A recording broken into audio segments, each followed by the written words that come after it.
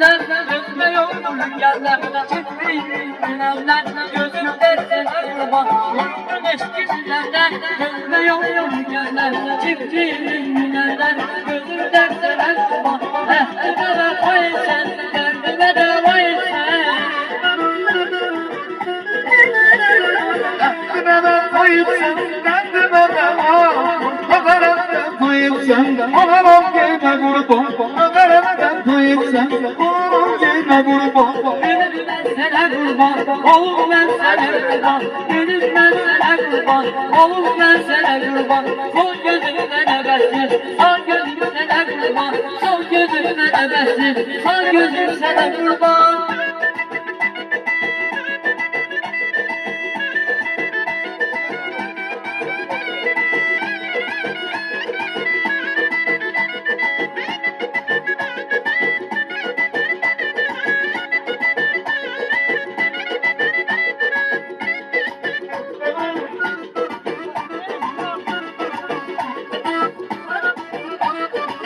Yerden düştü, gün düştüler çatıştı. Bugün bir kız görmeyeceğim, o kıza gözüm düştü.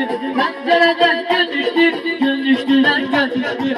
O gün bir kız görmeyeceğim, o kıza gözüm düştü.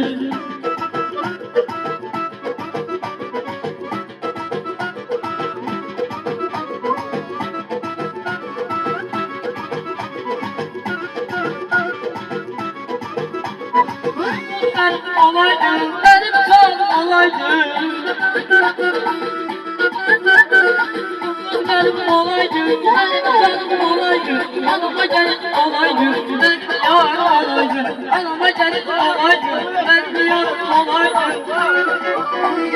Pencereden gün düştüler götüştü. Bugün bir kız görmüşüm, bir güzel gözüm düştü. Pencereden gün düştüler götüştü. O gün bir kız görmüşüm, o güzel gözüm düştü.